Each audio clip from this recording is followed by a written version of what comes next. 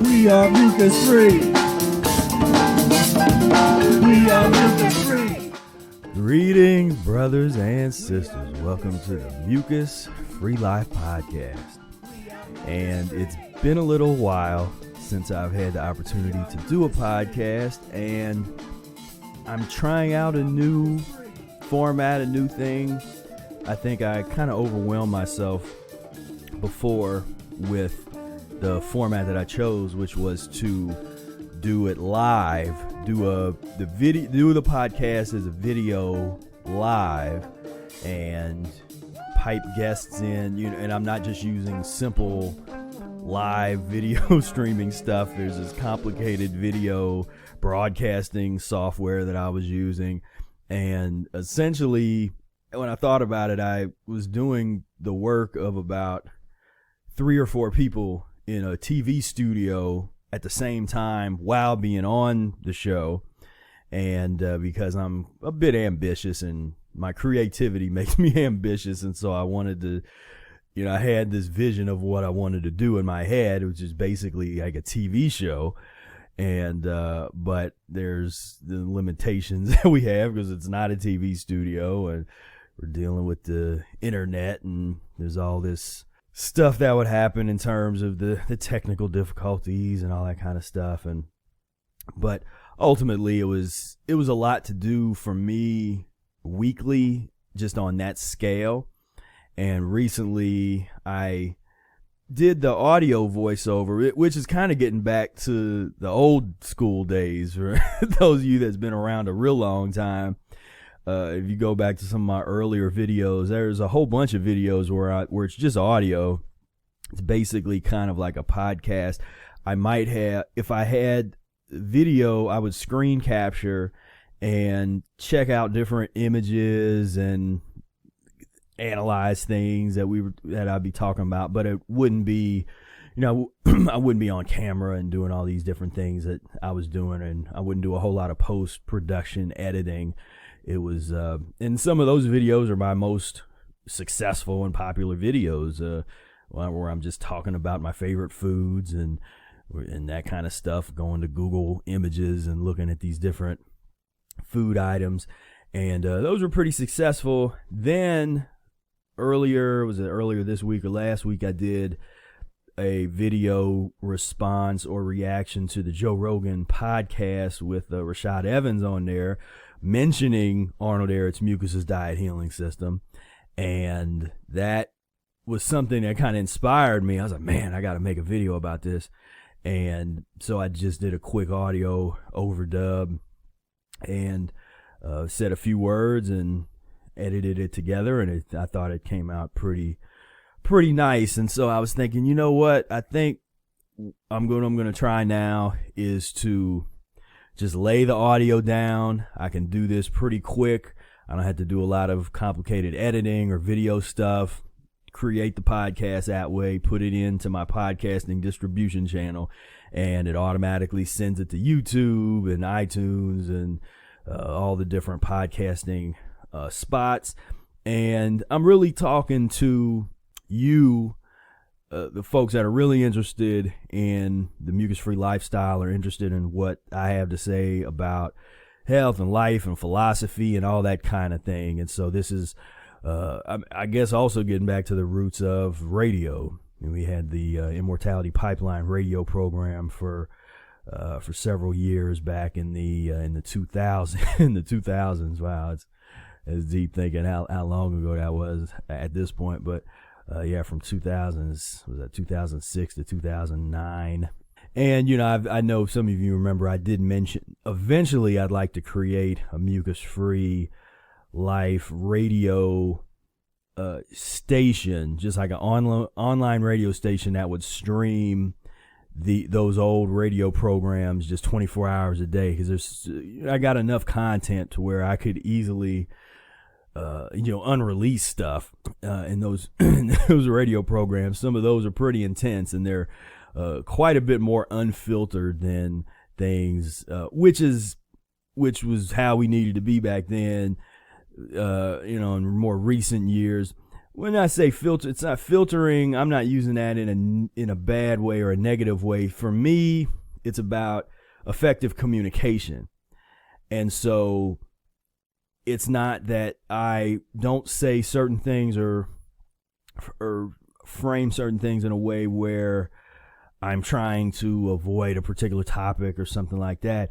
It's mainly because I know that there's a number of things that people can't handle listening to, and because my goal is no longer to just shock and awe people, or that used to be the approach, was because there was so few people interested in what we had to say, and most people were trying to avoid even hearing anything about it. You had to kind of shock them. And so you would say something, and this was my approach for years. It was kind of the shock and awe. So say something that would just blow people's mind, and it would be impossible for them to forget me and forget what I said.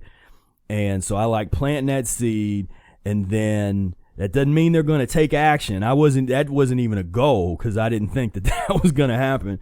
But I knew that if I could plant a seed, when they get sick, when they're blowing their nose, I want them to think of me. When they're coughing up mucus, and it might not be for months or years, but at some point they're going to go through an elimination. And my goal was to put the seed in there so that when they start going through it, they're going to think of me. They're going to think about what we were talking about, getting away from the pus-forming foods and mucus-forming foods and stuff. So I'd be very descriptive and just kind of intense that way. And that worked back when no one was listening on purpose. This was when people just kind of felt like they had to listen, or you corner them and be like, okay, here's this perspective. I bet you didn't think of this. But now that we have people that are interested in this information, are really looking for that, I try to keep things to the lowest common denominator, the most important stuff that is important in terms of the practice of it, and finding ways to understand the practice, expand one's mind with philosophical understanding, the philosophical side, because that's still an issue that I noticed, that dynamic of philosophical versus the praxis, or the practical, the application. There's a lot of confusion still there. So that's something that I think in these kind of talks and these forums, we got the meetup that's been happening in these spaces, we can start to iron out some of these issues and always strive for clarity. That's what I try to do with the things that I put out and stuff that I talk about, is have a certain level of clarity there, even when things get really complex. One of the things I know I'm known for is taking a topic or an idea or something that most people, or a lot of people, would historically consider to be complex or hard to understand or deep or whatever, and then just break it down or explain it in a way, or see it in a way that ties everything together. So we take the mystery out of it. I don't know why an example just came to my mind, which I should write about. I don't think I've ever done an article on this, but something like bridging the gap between these activities such as meditation. You got meditation, science of breath, prayer. There's a hypnotism. Sort of. There's this thread. Now they're all different. They're different disciplines, but there is a thread that goes through all of these different kinds of things. And so when you can approach a topic from a bird's eye view like that, it's the ultimate in seeing the whole picture.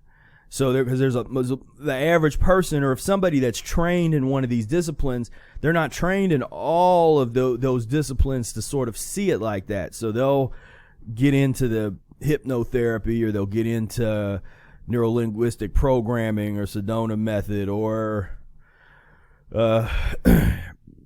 whatever it is, the psychologist talk therapy methodologies, all these different, or the binaural beats meditations, and all this kind of stuff. People that are artists and musicians sometimes understand the meditative space that you get into when you are creative and creating something.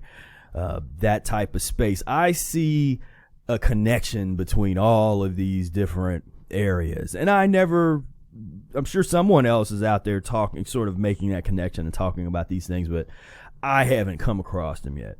And so, but I share this not so that people come to me all the time just to hear that type of stuff, but I want to see more people have that type of mentality, to be able to see, I try to share my perspective so that others can not to have my same exact perspective or agree with me on everything, or that's not what I'm about. I would love to see more people have this level of analysis, this way of being able to look at different topics and see, because you can do what I just did with that. You can do that with across the board with so many different topics, so many different subjects. You can pick a subject and you can start analyzing it like that. And I encourage people to do that when you're studying. And you should be studying something every day. To me, it's just a reflex. I don't think about it or have to set aside time, because I'm always thinking, I'm always analyzing. It's not a chore. It's not something that takes effort for me, because I've just always done it. I've always been someone that would think all the time and think about. And so even when I'm doing things that most people would do, and when they kind of turn their brain off and go get into some entertainment or watching some whatever TV or YouTube and that kind of stuff, and turn their brain off, I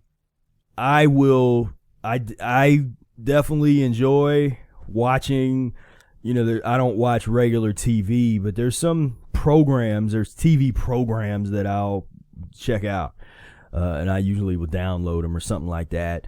Number of things on Netflix, so all that kind of stuff. I'm by no means at this point in my life on some mountain renouncing society. That's at one point I got close to going in that direction, but I didn't. So I'm here, and I enjoy a lot of the same things that a lot of other people enjoy.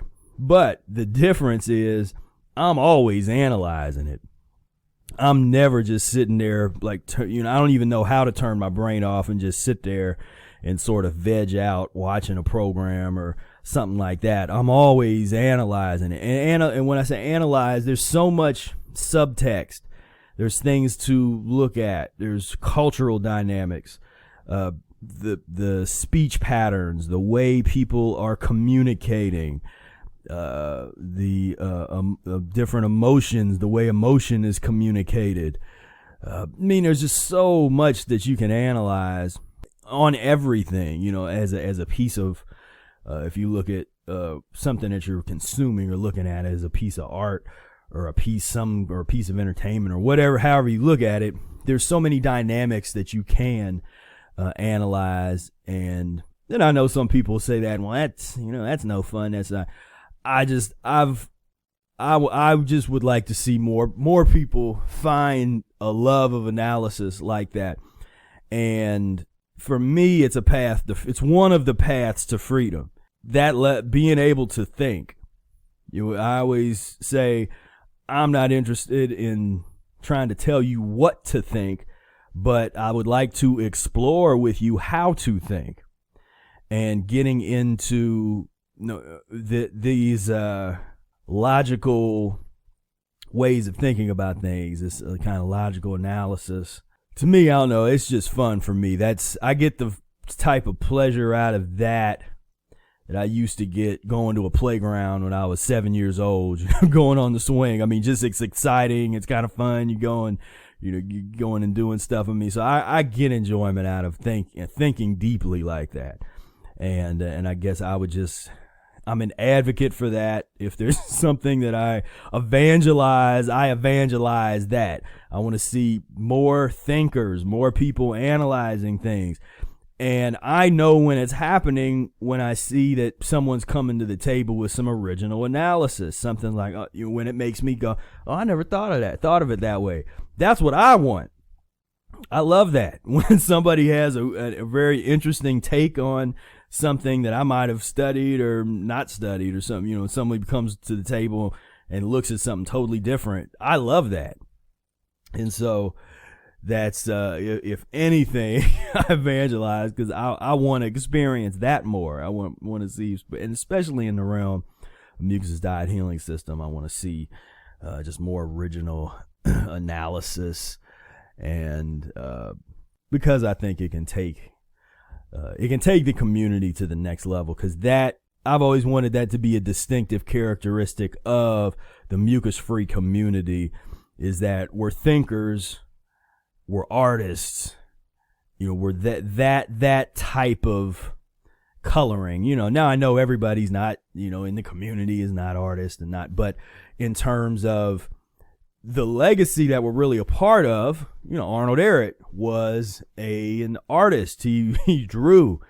So he was able to merge in this age-old tradition of Leonardo da Vinci and a number of these folks that merged all of these disciplines, from engineering to painting to industrial concepts and analyzing politics. I mean, they were these so-called Renaissance men and women of the past, and that's the tradition that Ehret is in, and I strive to be a part of that, and I encourage others to be a part of that, and it takes a looking at things with a more being able to zoom in and zoom out, because it's not all about the big picture, but you gotta see the bigger picture that you can see, the better. And then once you see that big picture, then you zoom in, then the big picture, what I was talking about before, where you have all these different human activities that could loosely be tied up to there's this connection. Then you start getting into the different. Well, what is prayer? What's the difference between the human activity of a prayer versus meditation versus now you're having a dialogue because of the proper response to that. There one response, not the proper. I say one possible response to that to say, well, the intention. Now we're having a fun conversation. Intentionality. What is that? What does that mean? Human intentionality. Because what other species do we know, have this kind of complex intentions behind actions that we've been able to derive from our analysis and observation of other species? The ability to do similar things, yet they be defined as totally different because the intention is totally different. That's fascinating. Because what is that about? But that's what I'm talking about. That's fun. To get into those kind of conversations is logical deduction, and that's the real self-educating. You can go think like, if you thought like that every day, you spent however long, periods of your day where you just started thinking about different topics, and you could just, what's the first topic that comes to your mind? And just out of the blue be like, okay, psychology. I mean, that came to mind because we're talking about this and the link between, and then you can say, okay, well, what's the link? What's similar to psychology, or what's, in my head, religion came to mind. Now we can then start analyzing that. Okay, psychology versus religion. Generally, first you got to do is define the terms. So define religion. What is religion? And most of these terms will have multiple definitions, and so you got to And this is where Google is very nice. In the old days, used to just pick up an old Webster's dictionary and you look at the term and look at the etymology of the term, start your analysis. Etymology will immediately, if you do this kind of stuff, if you did this kind of analysis every day and you're looking up the meanings and the origins of words and then on top of that, starting to analyze them and making the connections, you will become a very educated person. And it's going to be autodidactic. You didn't just read a bunch of books and then you're able to memorize facts and spew out a bunch of ideas and analysis that somebody else did. You will come to the table with original analysis. So I'm sharing the tools. If you apply these tools, I can almost guarantee that you can come out of that. You kind of dedicate yourself to that process. You can come out of that with very original thoughts and analysis on a number of different topics. So moving on, I wanted to do a follow-up to the Joe Rogan and Rashad Evans discussion. And if you want to see the full video that I put out, just go to Professor Spira YouTube channel and you will see that. I wanted to play the clip. I'm just going to isolate and play a portion of that video that is Rashad Evans talking about when he mentions the Mucusless diet. Then he talks a little bit about his experience. Then I'm going to come back and we'll have a little discussion. There were a few issues raised in the community, and I didn't say much about it in that original video, but he did say some things that were not accurate in terms of, Arnold Ehret and but they're slight and subtle. And so at the time I didn't think that it was super important to necessarily bring those things up, because I was just super happy that the Mucusless diet and Arnold Ehret was mentioned on a podcast that reaches millions of people. So I was just kind of happy about that. But there's a couple little issues, like as well as Rashad, saying he kind of he's kind of into the psychedelic mushroom vibe, and he had got into veganism by way of that on he had a revelation while he was tripping at one point. And so we'll talk about that in a moment. And so let me go ahead and cue this up. And so this is Rashad Evans on the Joe Rogan podcast when he mentions the Mucusless diet healing system. Good though, man. I feel really, really good, and it's a level that I didn't expect to. I didn't expect to feel this good. I didn't think that a diet can make me feel this good. What is particularly makes you feel so good? In what way? My energy. I have an energy level that it's really hard to say. It kind of feels a bit supernatural in a bit, like I feel energy. Like I feel like my body's energy. It's kind of hard to say. It's kind of like not hard to say. It's kind of hard to describe without looking crazy. I read this book, The Mucusless Diet, and it's by Dr. Arnold Ehret. And this is like in the early 1900s. He came up with this book, and he had some stomach issues. And it was, not until he was fed up and was on he was starving himself. And then he realized he had some really, it kind of changes his stomach situation. So then he started looking into diet and nutrition. And this book is talking about pretty much, the role of food in your body and what it does and what causes mucus and what doesn't cause mucus. And, through understanding the Mucusless diet and just reading it, it just gave me a different hold on understanding, like a different understanding of why I'm doing this, and it became to me deeper than just like, oh, I can't have this because, the diet says I shouldn't have it. It says I can't have it because, this is going to cause inflammation. I know the deeper reason of why. So it's easier for me to avoid the pitfalls of bad food, For me, it was something that my body just was like, it's about time you started to started to treat us the right way. Interesting. And the crazy part about it is the fact that now I train less, but I can train harder. Like now I can do sparring sessions where like I spar for like an hour straight. Really? Yeah, and I'm sparring at a pretty good pace. Like I'm not like it's smart sparring. Like we're not like bashing each other in the head and shit like that. We're being smart about it. What type of foods are you eating? Like how are you? What is it? Like, give me a typical meal for you. Typically speaking, it all depends on the time of the day. But I don't eat in the morning. I fast up until noon or until like 1 o'clock, and then my first meal. Are you on like a 16-hour, 14-hour like intermittent 16, fast? Like 16 intermittent fast, and then once I eat, I usually eat like I'll come home and I'll eat maybe like a hearty shake that I make of fruit.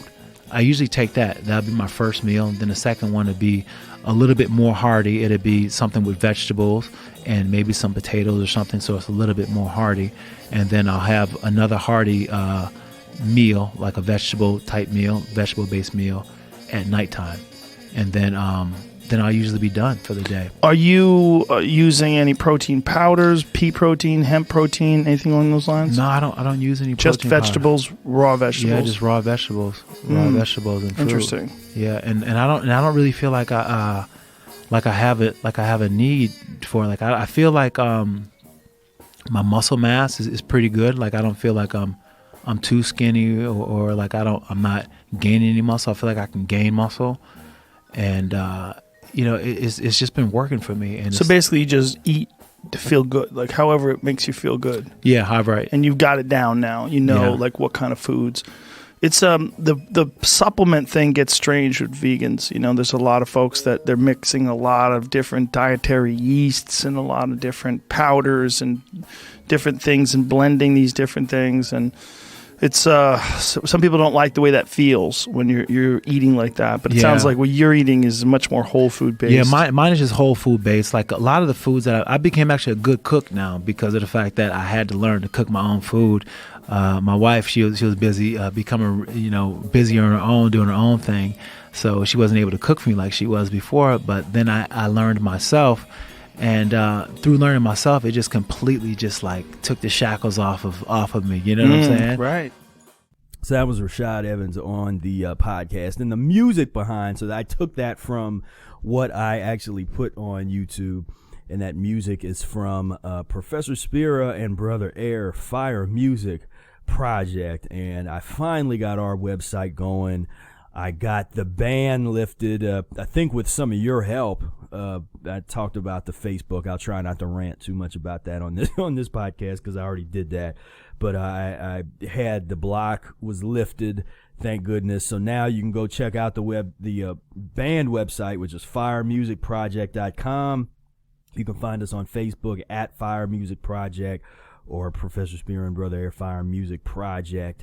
And we have some things in store. So I'm putting a lot of my energy and time is starting to go in that direction, just in terms of, what for me, I sometimes get overwhelmed just because there's, it can be overwhelming enough having a business or, one job, one thing that you're doing. Or it can be overwhelming enough just trying to be a great musician. But I kind of have three, or you can be overwhelming just being an educator, or But I have all of these things going at the same time, and the way my personality and my learning style and just sort of my existing style works is I'm great focusing on one type of thing at a time. So one subject or one type of activity, so it's hard for me to do the kind of practicing and dealing with my musicianship at the same time as I'm also doing things in the realm of working on Mucus-free Life LLC, the business side of things. You got to do all the behind the scenes bookkeeping stuff, all that kind of things you got to do. Then the actual creation of the content, so it's just a lot of stuff. And so so when you see periods of time where I don't do a whole lot of live things, or you might not see a bunch of stuff coming from me, that's usually what's happening is I'm working on in another area of my stuff. But what I try to do is put enough stuff together so that you guys can keep getting, still continue to get new content, even if I'm off into a different. I use the term modes, so even if I'm in a different mode, you can do that. But anyway, that's Fire Music Project. Check us out, firemusicproject.com. We are going to be doing some big things. So anyway, back to what you just listened to. So that was Joe Rogan podcast with Rashad Evans.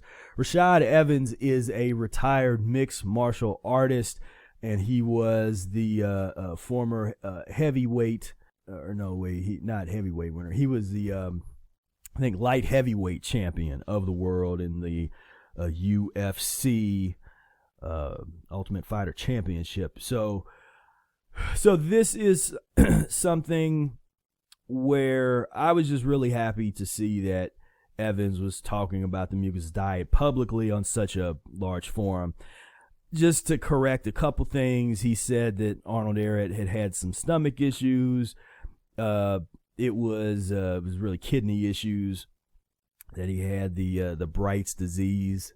And but the thing is, when you start thinking more broadly, the kidney issue is connected to stomach issues. So on one hand, I wanted to kind of just give him that pass where it's like, yeah, the reason that there was a kidney issue was because there was a stomach issue. So there's that type of viewpoint. There's that way to look at it. But then there's a more precise way to look at it where you're saying, well, he was diagnosed with Bright's disease, which was inflammation of the kidneys. So yes, you can get very into that. That did not really concern me in terms of that discussion.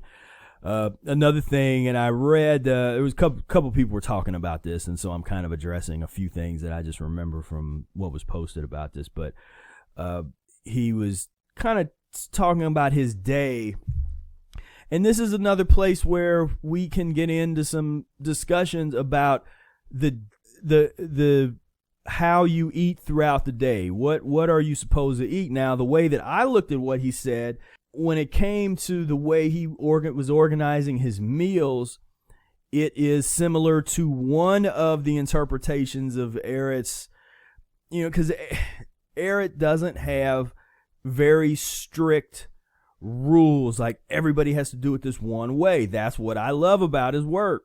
But there are just some principles. And so Rashad was saying he has like a fruit smoothie basically for breakfast, kind of earlier in the day. And so I find that to be in line with Ehret's principle of first he said he generally doesn't have breakfast. So if he does have something, he'd be kind of liquid or fruit. That's kind of what Ehret said, in not necessarily smoothie, because he wasn't promoting smoothies at that point. But he was saying if you're going to have something early in the day and at all, then it should be fruit. So if you put that over into a fruit smoothie and you have a fruit smoothie as your sort of your morning or early day kind of thing, I mean, I don't object to that. I think that falls within the practice. Then he was saying he had two vegetable meals, so it'd be a vegetable meal in the afternoon and a vegetable meal in the evening, and so that's generally with Ehret's sort of classic methodology. One of those meals would be a fruit meal, and the other would be the vegetable meal, or maybe one of the meals would be the 2-course meal, and followed with fruit, followed, wait 15 minutes, followed by vegetables, and then there'd be a vegetable meal in the evening. I'm just saying, but yeah, there's what's technically there, but again, I'm an advocate of if you can understand the principles and you can spout them out, you can explain, okay, this is what Ehret said, and this was the principle, this is how it's laid out, And then you're able to say, okay, this is how I interpreted it, or this is how I adapted it to my life. I don't have any problem with that. That to me is a high level of practice. If you understand what's there and then you adapt it to what you're doing, because everybody has a different situation. And I talk about this in my some of my menu planning, and I plan on doing some webinars in the future that are focused on mucus-free menu planning, because I would really like to teach people how to create their own mucus-free menus and plan it out. You can plan days and weeks and months in advance to have it all laid out. And if you're the type of person that you're able to kind of create that for yourself and follow it, to have that structure, then I want you to be able to do that. And you can get started with that if you haven't downloaded it yet. There's if you sign up for the free gifts package that puts you on the Mucus-free Insiders Club mailing list. One of the documents that I created and released last year is an introduction to mucus-free menu planning, so you can get started with that. But I'm going to do a video or a webinar series that gets much more detail and even give you some examples and that kind of stuff. So that will be something that I'm looking to do in the future. But so anyway, I brought that up just because it was brought up a couple different places, and so we just have to, I don't know, have an open mind and open understanding. And it's an art. All I can say is this thing is an art form. That's what I've been saying. It's not a strict science. People want it to be a strict science because a lot of people like authoritarianism. I mean, they like being, something being very rigid, this is what it is. This is what it says. It's in the book. You do this. It's like, I can't stand that energy. I just hate that. I'm not into that at all. And if the Mucusless diet was like that, I wouldn't be here. Because I wouldn't have gotten into the Mucusless diet. What makes sense to me is the pliability and the adaptability that this system has. Because people lead real lives and have jobs, have kids, have relationships, have their own belief systems. They have all, there's so many variables and there's so much stuff. Can we all get on the same page with the principles? That's my question. That's my goal. Let's get these principles down. Let's get these things down. Let's understand them. Then you start to say, okay, well, here's the principles. How can I adapt this to my life? What can I do? Because there's so many different types of jobs. If you're a flight attendant, if you're a business owner, if you do the stock market, whatever it is you do, if you're a stay-at-home dad, a stay-at-home mom, all of these things, if you understand the principles, you will be able to adapt your situation into that. But you got to understand the principles, and you got to really have some proper interpretations. You do have to have some effective and proper interpretations of what is written in the books. I try to give some commentary and help with that in my versions of things, in the annotated version, but that's important. And I'm thinking right now, there was I saw a video. For our purposes here, because I didn't get permission to talk with her or anything, I'm not gonna post up, or I won't say where this. But I got a video that came across, and it was a review of the annotated Mucusless diet. And ultimately, this person said that they liked the book. They got a lot out of it. They would recommend it to their people to read.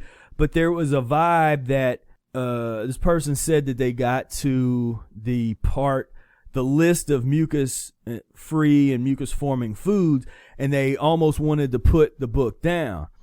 And when I hear that, that hurts me, because I know that they missed an entire paragraph that was so important that preceded that list, which was, this list is not reflective of what you can and cannot eat on the Mucusless Diet Healing System. The Mucusless Diet Healing System is not a food list diet, period. It's not a food list diet. It's not a diet where you can take a list and practice a mucusless diet based on just looking at a bunch of foods on a list or avoiding foods that are on a list. That is not what this is about. And I get kind of, as you see, I get a bit passionate about this just because that was one of the huge things that I wanted to try to get over to people through the annotated version and through a lot of the work that I put out. And this particular person, they seemed kind of as if there was they interpreted the book as kind of being judgmental or being too strict and that kind of stuff. And in the review and in the analysis, they didn't say anything about the transition diet lessons, which to me is the most important lessons in the book. Just my own personal opinion. They said something about the fasting. I mean, it's all important, but as usual, for some reason, why do people skip over the transition diet lessons? Said something about the rational fasting, said or the fasting lessons, said something about some of the philosophies that were put out early on and disease concepts and stuff. I guess really felt uncomfortable once they read the part about what foods are and are not mucus forming, but like I said, must have missed my comment that don't let that scare you, because that's not reflective of what you are and are not allowed to eat. There is not really an allowed. I hate that type of can I eat this? Do I have your permission to eat? I mean, you eat what you want. Study the principles. What is so my question back to that, when somebody asks me, can I eat this? Then as an educator, my question back is, well, which one of Eric's principles do you think would help you answer that question for yourself? If you can't answer that, then you haven't studied the book enough. You haven't studied the work. So you just want like a straight answer from me of, is this okay to eat? Is this not okay to eat?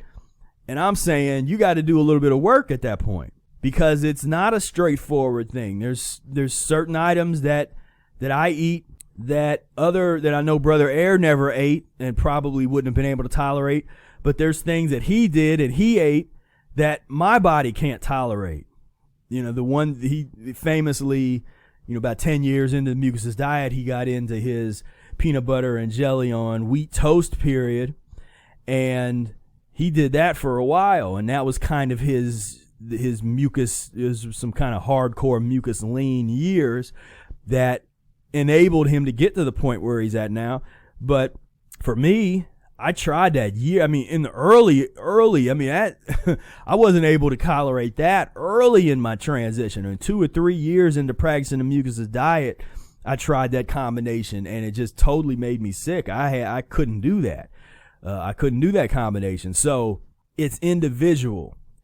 That's part of this journey, is you finding your way. You find your way through this process, and that, to me, that's what's fun about it. It's fun to explore and figure out what is best for you. So anyway, just to sort of put a cap on that in that particular review, like I said, I appreciate the review. I appreciate that they said it would be good for people to read the book, but that they just were not sure that they would have the discipline or be able to do it. And I got the sense that they felt that it was a little kind of judgmental, the way it came across in terms of the and what was interesting is the parts of the book that I could say, okay, if you want to make a case about,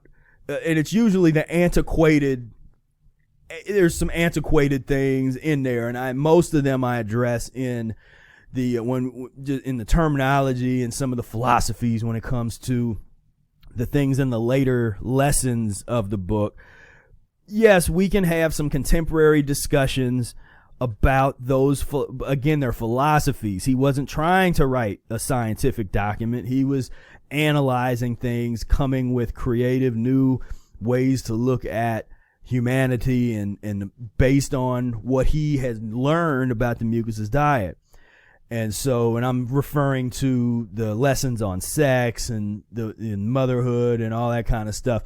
There's some controversial claims and philosophies in there. They're great for advanced discussion.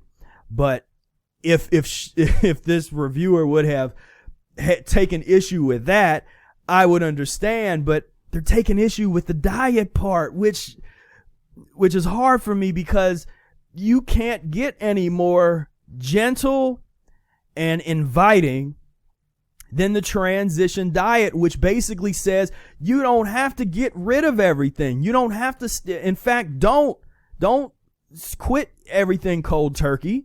Use this, study and understand this methodology and use it. Use it to get off of the pus and mucus forming foods over time. When relapses happens, and it will, you just come back to the system. Keep coming back to the system. That's another webinar, and that was an idea by my friend Steve Prushek. He was saying, man, you ought to do, because he had seen some things in the e-course I have, the Mucusless Diet Healing System e-course. I have an updated version of my addiction to Mucusless diet, overcoming overcoming the addiction of mucus-forming foods. But that series, which was a series of videos, could definitely be a webinar. And so that's another webinar. So I have 2 webinars in mind that I'm starting to work on, which is the mucus-free menu planning, as well as a more updated and advanced version of the overcoming the addiction to mucus-forming foods. But work the system, understand the system, talk about the system, discuss the system. Let's deal with the system. Not, the foods, that's just, and I know we're always going to get questions about that. We're always going to get questions about, is it okay for me to eat this? Is this mucus forming? Is it okay? Can I eat, these individual food questions? We're always going to have that. But for those of us that have been around a while, let's elevate the discussion and really focus on system. Really analyze what is the systematic nature of my approach to what I'm doing. How are you systematically using fasting, or using enemas, or colonics, or the Kalima board, or herbs, or whatever the tools are? Always talk about them within the context of the system. Why isolate? That's what so many people do in all these different areas. The herbal people, or the folks that are really into the herbalism, they isolate that. They only talk about herbs as sort of the foundation of a cleansing process. Or the people that are the fasting minded people, they're only focused on the fasting aspect and the dietary element, and very rarely will they say anything about transition. But the dietary element is kind of secondary, or it's way off into some other kind of world, and they're just focused on the fasting. Or the people that focus too much on colon irrigation, and they're not focused enough on the diet or these other elements. They're just really into the colon irrigation, or really into juicing and nothing else.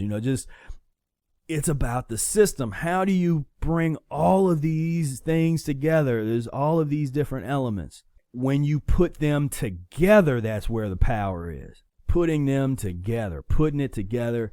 And the best way that I can say when people say, well, how do you do it? Well, read the Mucusless Diet book, and the most comprehensive analysis and educational tool for the Mucusless Diet book is the Mucusless Diet Healing System e-course. So I recommend people check that out.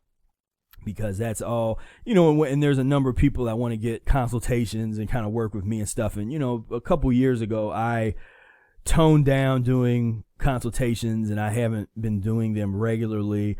I'll maybe do them once or twice a year at this point. And I'm looking into maybe creating some different packages that would be some more premium mucus-free things for people that did want to work with me for an extended period of time, and that's something that I'm looking into. But one of the requirements, I think, moving forward for people that do want to work with me is you got to go through the Mucusless Diet and Healing System e-course first, because so much of what the initial questions that I get and all that kind of stuff is dealt with in the e-course. So to me, it makes sense. Get all of that all the beginner stuff, like get that out of the way, so that when we do get together, we can start from the advanced level and just go off, and that's what I enjoy doing. I like to let's deal with this advanced level and just start taking things to a whole different point. So anyway, that's what I had to say about that. I'm going to answer a few questions, and so these are questions I had to pare way back on answering a lot of questions online and through emails, because people would send a lot of questions, and they would usually, my response would be like, have you read the Mucusless Diet book? Here's a link, go get the Mucusless Diet book, read it. Your most questions are answered in there, and when they're not, I would at different points in history, I would address them. I had the Professor Spira Office Hours series for a while, which maybe one day I'll get that going again, because when I do look back at those, they were pretty good, and a lot of people did seem to get into them because I was answering a lot of these common questions. But what I'm gonna do now, and we'll see how it goes with the podcast format, is I'm gonna answer some of these questions right now. I'm just gonna go through. I have a list of questions that I've received over the past couple months, and I'm just gonna kind of go through these. And some are questions, some are comments. I will maybe just do initials for today, or I'll either do the first name or initials, because these folks didn't know, even though that we're not under any kind of privacy contract or anything, because these are just emails sent. But I'll protect the identity of the folks here. So I got a comment. This is from D, and she said that she finally did it correctly. We're talking about the enemas, and she said, "Oh my God, I was nervous because I didn't use organic lemons. Will that affect me? I now have organic lemons and will use them from now on." So obviously, organic is always going to be better if you can find organic that is that you hope that the stuff that's labeled organic is organic, but because we don't control the means of production, we don't control that kind of stuff. We never really know what where some of the stuff is coming from unless you deal with a trusted farmer's market or that kind of thing. That aside, because don't get lost in that either, because some people get lost in that. They say, well, I can't. I have a number of people that will reason eating poorly just because they can't get organic fruits and vegetables. They can't do this. And so their reasoning is because, the chemtrails and it's so polluted and all. And so because of that, they're going to keep eating meat and keep going to McDonald's or whatever. That's some messed up logic. If the best you can do is whatever vegetables are there, if they're not organic, get that. I didn't start using organic probably for several years, really, consistently using organic. It was a while, and Brother Air, same thing, because it just wasn't available. I mean, years ago, it wasn't available at all. Then when it did start to become available in the early 2000s, it was disgusting. It was not only crazy expensive, but it was also tasted a lot worse than, especially the fruit and stuff tasted a lot worse. So anyway, my thing with that is always just do your best and get your best. So now, in terms of lemons and enemas, my main thing here is if you're going to do the lemon rind enema that I talk about in my book Spirit Speaks, the so-called lemonas with the rind, then you definitely want that to be organic. I would definitely if you're going to juice the whole lemon with the rind and all, or the whole lime and the rind and all, if you're doing limes, and that's another question people ask, is limes okay? Limes are cool. If you want to do limes instead of lemons, that's cool. I've always liked lemons better because they're a little more potent, but there's some people coming from certain philosophies where lemons are evil, and limes are fine. So fine, whatever. If you want to do limes and use limes, do something.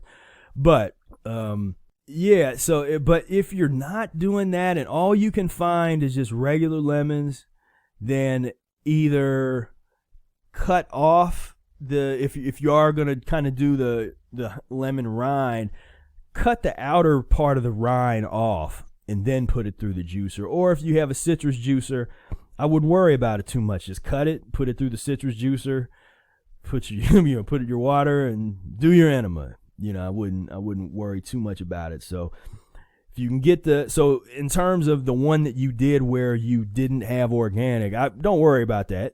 One enema is not, like I said, for years, because I would get cases, when we get cases of lemons, they're not organic cases back in the day. So when you hear us telling stories about getting cases of stuff, most of those cases, that was before you could even get organic. But like that at those some of them places now, you can go to and get boxes of organic stuff, and it's crazy expensive. It'd be almost $100 for a box of apples or something. But back in the day, you get just a box of regular apples for $30, or oranges or whatever. Now there's certain things that I do stick to organic these days with, so such as apples. So apples are kind of a big part of my day and my diet. Well, because I drink a lot of apples. I eat a lot of apples just because it's kind of what you're stuck with in this part of the country. Is something that consistently I know is going to taste good, is going to eliminate well, is not going to be too acidic, is going to be ripe and ready. It's just apples. I just end up going and dealing with those. What else? And then there is the oranges. I'll still get cases of oranges and stuff sometimes, but yeah. But as far as that goes, just do the best you can, and don't sweat the small stuff. Get organic when you can, but if you can't and all you have is regular, just use a citrus juicer. Just cut it, or cut the rind off to avoid the rind. Let's see. This is a question from Jill asking, what's the cost of the e-course, of the Mucus Diet Healing System e-course? So depending on if you're able to plug into one of the sales when they happen, then you can get a pretty good price. I mean, the lowest price I think right now is the $100 off $197, and so that makes it $97 if you are able to take advantage of that sale. Normally it's $197, and that's on sale itself, but it's it's always one of those things that's always on sale at so $197. So depending on if you're able to get that. Now if you hear this and you want that coupon code, then shoot me a message. Go to mucusfreelife.com /contact, or go to our contact form. Send me another message and say, hey, I heard the podcast. Just, shoot me that coupon code for $100 off the e-course, and I will do that and get you on in there. And thank you for the question. Thank you for the interest in the e-course. Let's see. Here is a question from Ma'am. And I think we got a few questions from Ma'am on here. Does baking, drying, or steaming fruit on the list make them acidic? They say mucusless when baked or dried. So the items that say that they're become mucusless when they're baked or dried, as a rule of thumb, if you overcook anything, if you overcook any fruit, it will ultimately become acidic. So it comes down to how do you prepare it and what is it? And so if you certain things, if you overcook them, it could get acidic or it becomes syrup. I mean, it really depends on the item. So something like strawberries, I mean, if you just cook it, you cook it down into a syrup, and that's not going to be too acid forming. So most of these things do cook down pretty clean. The question is, do you want to, so something like citrus fruit, I don't think I'd want a fan of cooking citrus fruit. But yeah, anything like that, if you overcook it, it's going to not be good to eat. It's going to be, but the nice thing about fruit is when you do something to fruit that turns it into something that you shouldn't eat, generally it's not going to taste good. It won't be palatable for you anymore. There'll be an aversion to it. So the few times that I've overcooked a banana, or maybe if I was baking a banana and it was already really ripe, and then I try to bake it, and it just won't really taste very good, and I won't eat it because it's overcooked. It really didn't need to be baked anyway because it was already really ripe, and this is things that I did years ago, and then you kind of the lessons that you learn as you go along. You say, okay, if it's too ripe, don't bake. You probably don't want to bake it, or if you do, then you want to bake it for a short period of time. But yeah, overall, I would say that, just don't overcook it. Just any of that. Anytime you're doing these things, you want to be checking them when you're preparing these foods and you're baking these things. Check it. And as you start to get more experience doing it, you will find the proper time. And I'm still an advocate as much as people want. And now, of course, with the e-course, you can get what is at this point is basically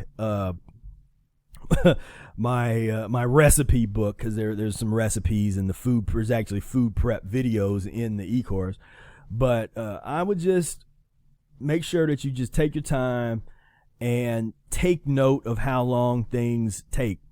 I'm an advocate for people learning these things and sort of experimenting for yourself, because oftentimes the time that your stove might take to do something or whatever you're using to cook is going to be different than what some recipe says. And so you can use recipes as a guide, but ultimately you want to be engaged in the food preparation process. And once you have a successful meal, you're able to find the right time and it worked, make sure you write that down, and then you can just sort of keep following that. If it happens to be exactly what is written on the recipe, then great. But don't use any recipe as a Bible, because as scripture, because they definitely are wrong sometimes. Some recipes are just way off. Who even wrote this down? This is just really off. So anyway, hope that, let's see. Okay, so this is from James. So his question is, hello, how are you?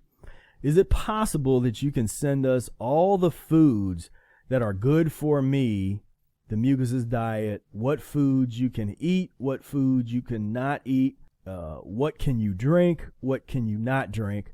Thank you and God bless. I won't put their address here. So then they sent the address. So these are some of the kinds of things, questions that they'll get where I'm kind of like, that's what the Mucusless diet book. Like, you just a little bit more research and you get that. So, but I'm going to answer the question, which is, order the Mucusless Diet Healing System book, annotated, revised, and edited Mucusless Diet Healing System, or better yet, get the Mucus-free bundle, which has all 7 of the books that we publish. Get them all together, and yeah, all the information that you're looking for in terms of what foods we because again, it's not a foodless diet, so it's not about what foods are that you are allowed to eat, not allowed to eat, but how you eat those foods, the systematic nature. Then we have the ancillary therapies that are also important. We got the enemas, and we got the air baths, and we got exercise, and we got sunbathing. You know, we have these. There's so much more to this than just, again, what we eat. But that's what you want to do. So I can't just email the list. I'm saying get the Mucus Diet Healing System if you want the physical book is in there. Here is another question from Ma'am. Hey, I want to know how to remove pus, as I know mostly how to remove the mucus. So when we say mucus forming and pus forming items, the principles are going to be the same for the removal of their residue, the removal of any other biological waste materials that's in your system. You want to be, first and foremost, you want to be eating more mucus-free items than mucus-forming items, and you want to be organizing them in a way where they're going to leave the body effectively and leave behind the least amount of metabolic residue and slimy residues. And this can be attained through Mucusless diet. You got your fruits. You have your combination salads, your GI broom salads. So if you're eating these things on the top of it, then you go down into your colon and you're doing some colon irrigation. You're brave enough to do some enemas, and we talk about the lemon juice and distilled water enemas. You get into that, you are going to eliminate the pus, the mucus, the parasites, all the little worms. As folks have been posting up a lot of images in the Mucusless Diet Healing System support Facebook page of all these little critters that are coming out of them, and it's a beautiful thing. And it's just working the system. So the same thing that's going to help you eliminate mucus, it's going to help you eliminate pus, is going to help you overcome some allergy issues or overcome some other ailments that are there. It always comes back to the system. That's the beauty and the simplicity of the approach. So it's not so complicated. We don't have to get into trying to analyze and break down the chemistry of everything, because oftentimes years later that type of analysis is overturned from within the scientific community. And so these things are constantly overturned, yet that's a lot of people hang their hat on this chemical analysis. And I'm not saying to get into biochemistry and analyzing. I would love for you, I'll take chemistry courses, take human physiology courses if that's something that you really want to study, but come at it from the perspective of a mucus-free or an aeratist filter and framework, and interrogate these ideas, interrogate the foundation and the history of these concepts. What's the history of the protein theory? And once you know that history, does it hold up? Does the origin of that, instead of just taking taking them as truths, look at it and look at the origin of it, the origin of all of these nutrition theories, the origin, where did they come from? What were the folks doing that invented these things, all these sadistic experiments where they were just abusing dogs and then analyzing what they were feeding and not feeding dogs, and then developing protein theories and B12 theories and all kinds of stuff based on very sadistic, totally psychopathic type of experimentation. And does that by itself nullify? Well, to some people it would, just sort of. But if you say no, then continue to read and really and look at the logic and look at what was being said about the concept. Because to this day, with protein, pro meaning first, teen meaning principle, that the essence of that, even though that initial idea was overturned within the scientific community, it's still promoted and thought of by people as the first principle. That the first most important thing to your life is making sure that you eat enough protein-rich, so-called protein-rich food. It's self-evident that the first principle to life is air, period. I mean, that's, so that's how we come from this other angle. It's a whole different, because it's hard for people to understand, because people like these distinctions where you're either one thing or you're something else. So you're either anti-science or you're anti-faith and religion, or you always have to be anti something and all for something else. I'm not anti-science at all. I'm pro-analysis. I'm pro-reconstructive analysis. Look at these histories. Look at the chain of title, as Michael Fathauer might say. Look at these things and analyze it for yourself. So important. Anyway, yeah. So that's what you want to be doing there. So this is a question from I'll say C, and now we start to get into some. It says, my friend is currently in the hospital with low blood count and undergoing therapy.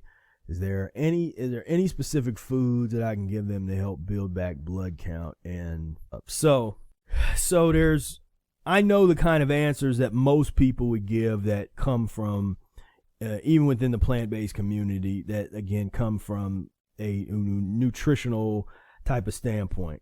And I always have to just make that disclaimer that that's something, whatever you choose to do or your friend chooses to do, that has to be on them in terms of and in consultation with whatever authorities they deem to be worthy, if it's a medical authority or if it's a naturopath or whoever it is, that is important to understand, So I will just give kind of my opinion, which is to not focus on that. There's other problems happening. There's so many other factors that are generally not dealt with at all, or as a part of the analysis from medical doctors and even a lot of naturopaths. They're not analyzing what's the condition of the colon. That's like the first question that we ask, and they don't even get into that, because when they start analyzing colon, they're pretty much just looking for colon-based diseases, as opposed to understanding and connecting that if you have 32 feet of impacted intestines and your colon has over years and years has had this slimy, acidic, fetid, nasty, grimy mess constantly, and you don't clean that out, that is going to connect with any other ailment that you have, from back pain, the kidney issues, the liver issues, pancreatic stuff, allergies, whatever you're talking about. This idea of the body being a series of tubes, and Ehret's philosophy of vitality equals power minus obstruction. If the constipation is, and we talk about cellular constipation, is all throughout the body, from all the way from your colon to your mouth to and everywhere in between, then you're going to have problems. So when you ask sort of a specific question like, okay, how am I going to build blood? Now Ehret, if you would want to look at Ehret's work, you might say, well, you got to have a good quality of fruit sugar and some fruit involved. But that wouldn't be my answer. My answer would be, again, always come back to the system, dealing with the system. So there's not one type of food that I'm sure they're probably feeding them who knows what, liver and meat and all kinds of all kinds of stuff. I'm saying if we're gonna go down that road, because as I say, there's an article, one of the articles in the Spirit Speaks book is don't straddle the barbed wire fence. And I answer a question that's kind of like that, where somebody had asked me a question, or they have somebody that's in medical care but they want to try to implement a few mucusless diet principles. And I'm kind of saying, I don't know if that's a good idea, because it can be more dangerous to incorporate just a few mucus-free principles and try to, in concert with what the medical folks are doing. It gets specific to each person's situation, but that can be more dangerous than, if you're going to deal with the medical folks, then deal with them. Just whatever they're doing. Now, when it comes to when it does come to what the hospitals and those places serve as food, it's totally repulsive. And so if somebody's willing to bring that person some adequate food, then that's one thing. You just bring them in the salads, bring them in some fruit. So you can bring them in, or prepare some mucus lean foods or whatever, anything to get away from old dirty biscuit and gravy, pus gravy, and all that kind of nonsense. That just angers me so much that's what they serve in these places that are charging the amount. Man, don't get me started on this, because I'll get wound up. They charge thousands of dollars. You go to a hotel or someplace and get some room service. It might maybe be $100 or a couple $100 or whatever. If you go to a really swanky place, it'd be like 400 whatever bucks. These some of the roach motel hospitals, some just ghetto hospitals, and you go there, they're serving you the worst food on the planet. Some of the worst food. Worse than some of this. I mean, some of the stuff I see in hospitals is worse than McDonald's and Burger King and Taco Hell, and worse than that. And then they're gonna give you a bill. So that's in the whole Medicare and Medicaid and insurance. That's a whole other thing and discussion. But if you aren't covered with whatever your society wants you to be covered with, they're going to give you a bill for thousands of dollars for a couple days in the hospital, getting served the worst food on the planet. Man, ridiculous. So if you can help them, just check out, just go through Mucusless Diet book, and I wouldn't try to isolate any one item over another. Focus on elimination. Focus on eating things that's going to push out this waste. That's the important thing. Start getting that body clean. Deal with whatever they decide they want to do. Like I said, I don't give any kind of medical advice. I don't even try to steer people. I'm not aggressive in steering people away from going to their doctors or whatever. I don't need that type of drama in my life to have people say, oh, he so-and-so said don't go to doctor. You do what you want to do. If you want to go to the doctor, go to the doctor. If you want to go wherever you want to do, if you want to go to McDonald's, I don't care. That's none of my business. I'm sharing perspectives and information. What you choose to do with it is up to you. So I won't judge you. I don't care. When it comes to at a certain level, it's like I got too much stuff in my life. Why? Because some people do. It's like, when do you have time to care so much about what other people are doing? I'm too busy for, people get so emotional about, like, oh, so-and-so ate this, and why are they doing that, and this. And I'm like, look, man, what you do is what you do. And you have to live with your decisions. I got to live with my decisions. And we are at the embryo stage of this thing, of this entire process. We are the original folks. If you were to look at history from a bird's eye view, this will be known historically as this will really be the beginning of the ending of a real medieval type of era. We're post-industrialization, post-technology boom. Humanity was going in two different directions. One direction is to an automated robot world where humans can, from a young age, are very sedentary, can sit in one place, have all of these images and all this technology at our fingertips where you can just sit and eat, and just the brain is being stimulated by all these images on screens. You know, when I was growing up, there was one screen in the house, which was a TV. And you go back, you know, the generation before that, they might not even have had any screens anywhere. If you wanted to see a screen, you had to pay something and go down the street to a movie theater. Now, people might be exposed to 5 or 6 screens at the same time.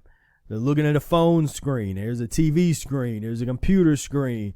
There's, you know, all these different screens. And from a young age, and I can imagine the way that the young folks are growing up now, the iPods and the iPads and all these different little things become the babysitter. And so the parent, I'm observing, because I don't have children. I'm observing, and it sounds judgmental, but I'm actually not really judging. I'm just observing as sort of an interested third party, and I say that because I know that I could understand that having young folks, sometimes you just want them to be occupied, so you just give them a toy. So here, just let me breathe for a minute. Here's a toy. Have fun. I'm gonna watch you. I'm not going anywhere. I'm taking care of you, but just put your attention on this toy. I'm just saying what I observe. I don't know if it's like that or not. You know, this is just how I've observed it, because what ends up happening is now I'm just seeing parents, instead of giving them like a little toy where they have to use their imagination, you know, as I had all kinds of little figurines and stuffed animals, man. I had so many different stories and little movies, and I make little voices for the kid, for the kids, you know. They were like my little kids, you know, the little stuffed animals, and we play, and I was the only child, so I'm doing all this by myself. So I had to play, you know, basically play with myself all the time.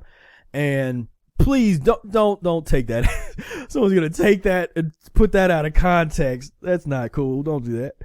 But I would play. I've entertained myself as a child, occupy my own time when the adults weren't able to do that, and so there was a lot of creativity. Now with these little screens and all these little games and stuff on these iPod, man, I don't know if that's gonna foster the same type of creativity. Maybe it will, but I'm skeptical.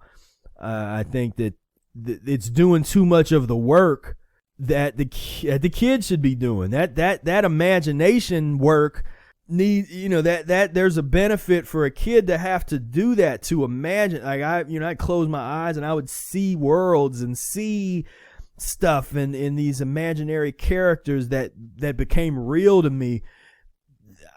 I wouldn't have did that, I don't think, if I just sort of had a little iPad and I'm playing these games that are sort of like, you know, they're bright and they occupy your mind, but they're not forcing you to think or be creative. And generally speaking, I'm sure somebody can find one and say, oh, but this is a really good app. I'm not saying that there's not some good apps, and I'm not saying that it's a totally bad thing. Again, for whatever reason, people really love these black and white issues. I'm not on that. Of course, there's some really good benefits, some educational things, and some stuff that can be done with that technology. Believe me, I love technology. For those of people that have been to the Spira Hermitage, to where I live, you've seen some of my equipment. So I have no problem with technology. I'm not anti-technology, but I am pro creativity. You know, I'm pro thinking for oneself and taking time away from certain forms of technology so that you're not totally occupied and controlled by that. So anyway, that was this is always what happens when I start answering these questions. I have the intention of just going through and answering them all, kind of matter of factly, but I always start getting discursive and kind of going off on these tangents and stuff. So yeah, so I hope that that was helpful. Daniel, I've read your book in Montego Bay and until Sunday. I was wondering if you were in the area. If I was in Montego Bay, I was like, I wish.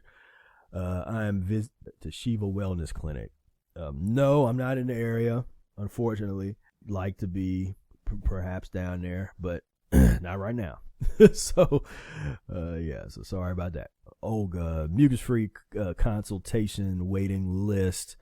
Hello, I'd like to work with Professor Spira to create an 8-week menu plan for Mucusless diet. I've been fighting for my health for years now, and deep down I know that in order for me to be truly happy, I need to be healthy. First step before I go after any dream of mine. I may not seem like unhealthy, but my body, and I don't plan to give up until I accomplish it.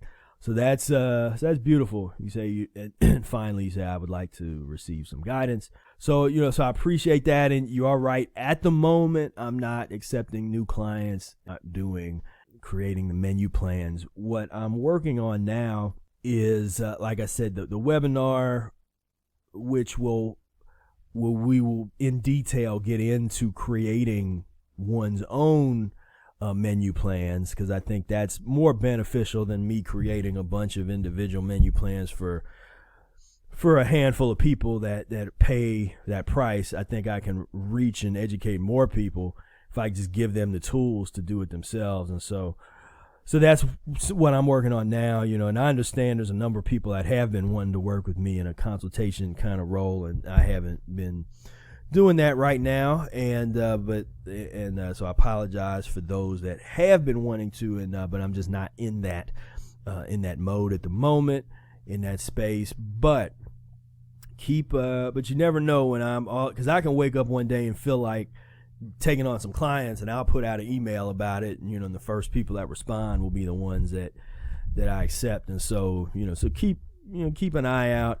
And like I said, if you haven't been in the e-course, in Mucus Diet Healing System e-course, you definitely want to check that out, because that's very rarely do people go through the e-course and then have any kind of general questions anymore. And I rarely even hear questions.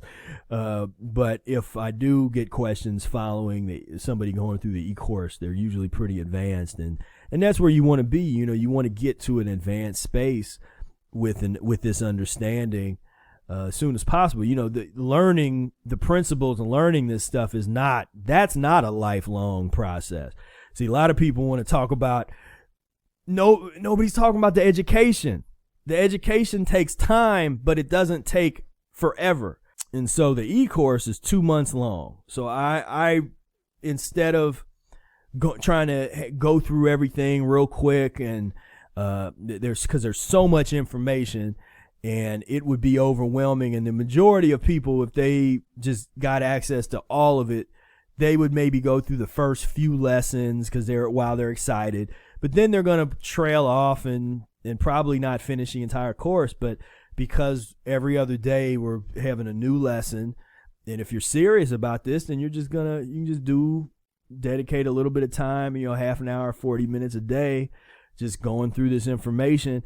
And by the time you get to the end of those 2 months, you will be more of an authority on the Mucusless diet healing system than most of the people that have read the book, because you will have taken time and really meditated on this information. So I'm just saying that. I know that people would like to work with me, but I'm going to start doing some of the live chats and live calls with folks that are in the e-course, and so that happening again soon. So anyway, plug into that, and if you are on the waiting list, when I put the word out there, you guys will be the first to know.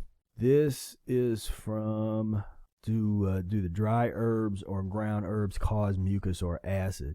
So it depends on the herb. You know, I mean, in terms of mucus forming foods,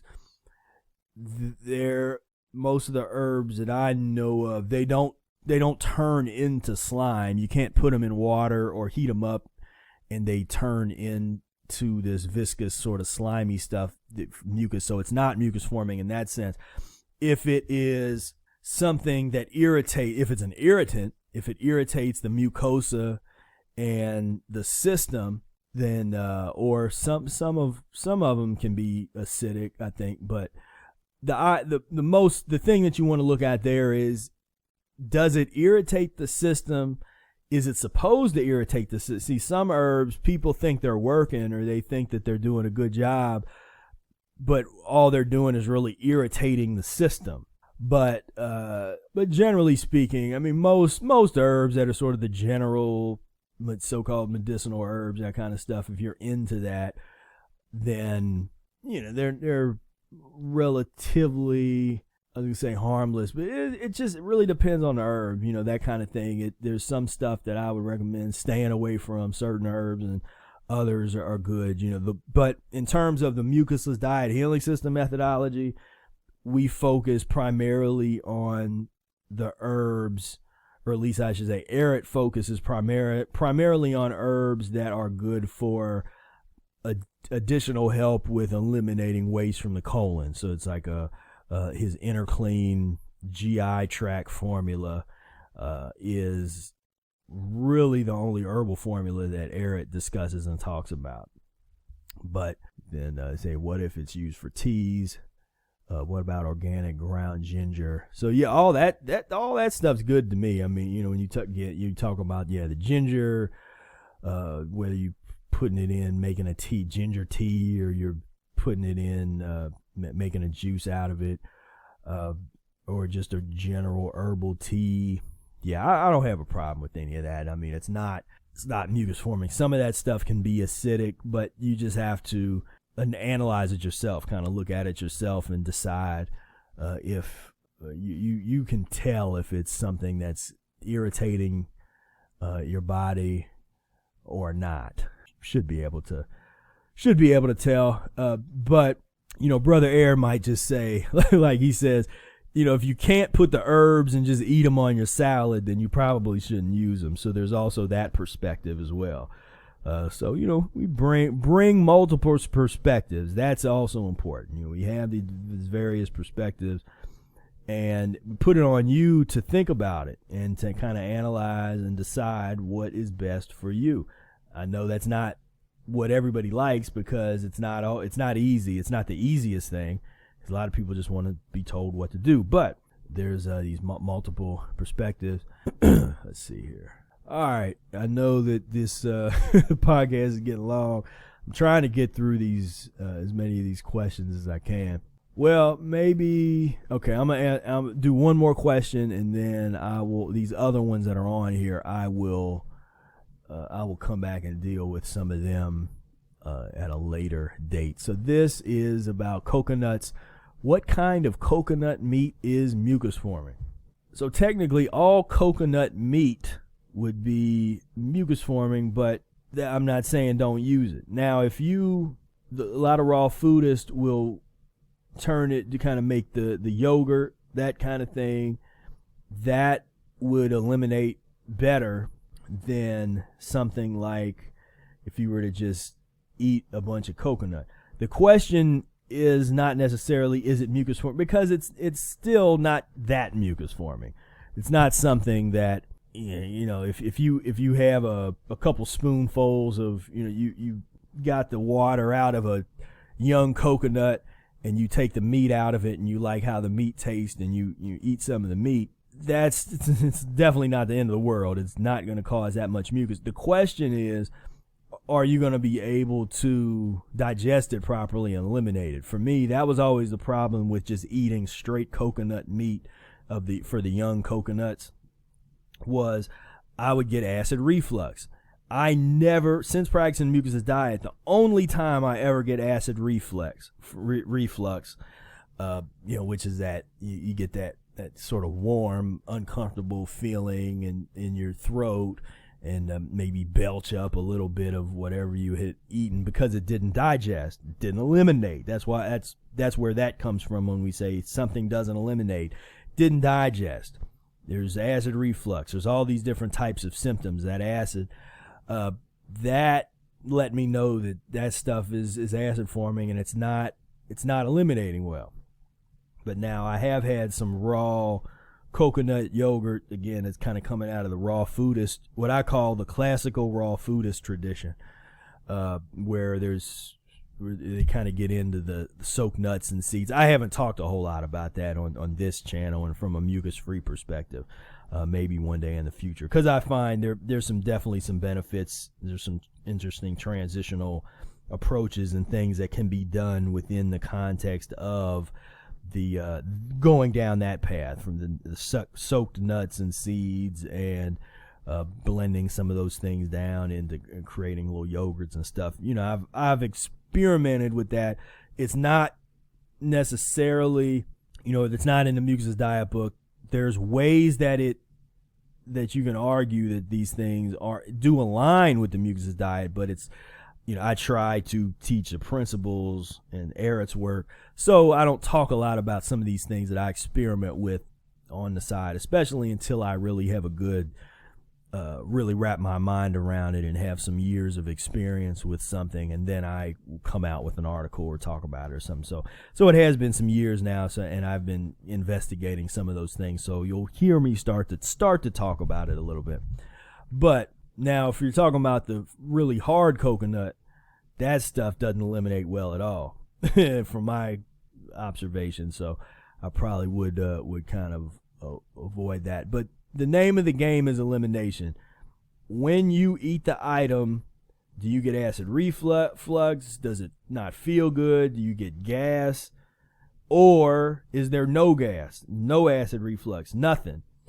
If you want to eat something and you eat it and there's no bad symptoms like that, then I would say that's something that you can deal with. What ends up happening is over time that changes. What you can and can't eat ends up changing over time because your body is changing, your physiology is changing, and that's just how it goes. So I'm gonna end the Q&A section with that. There's I just get so many of these questions. I'm gonna start trying to address some of them. I think this is a good way to do it. We will see. No promises for anything right now because we are exploring this. I'm gonna see how many people like this particular podcast. So if you do like this format, if you do like the podcast and you're able to be in the car and you can be checking this out, it's new content, because I know some of you have been through everything, which always blows my mind. You've been through all the old videos, and some of you've been through them multiple times, and there's so much content that's already there, and you want more. So all right, I'm gonna get you some more. Here we go. We keep this conversation rolling. But let me know if you enjoy it. Let me know and share it on your social medias and with your friends, and let people know about it so that we can get this word out there. But I do appreciate you plugging in. I hope you enjoyed this little session. We talked about a number of different interesting things, I think, and so hopefully you can get something from it. And yeah, it's been fun. So if all goes well, I will do this again very soon. So I thank you for plugging in, and until next time, peace, love, and breath. We are mucus-free. We are mucus-free. We are mucus-free. We are mucus-free.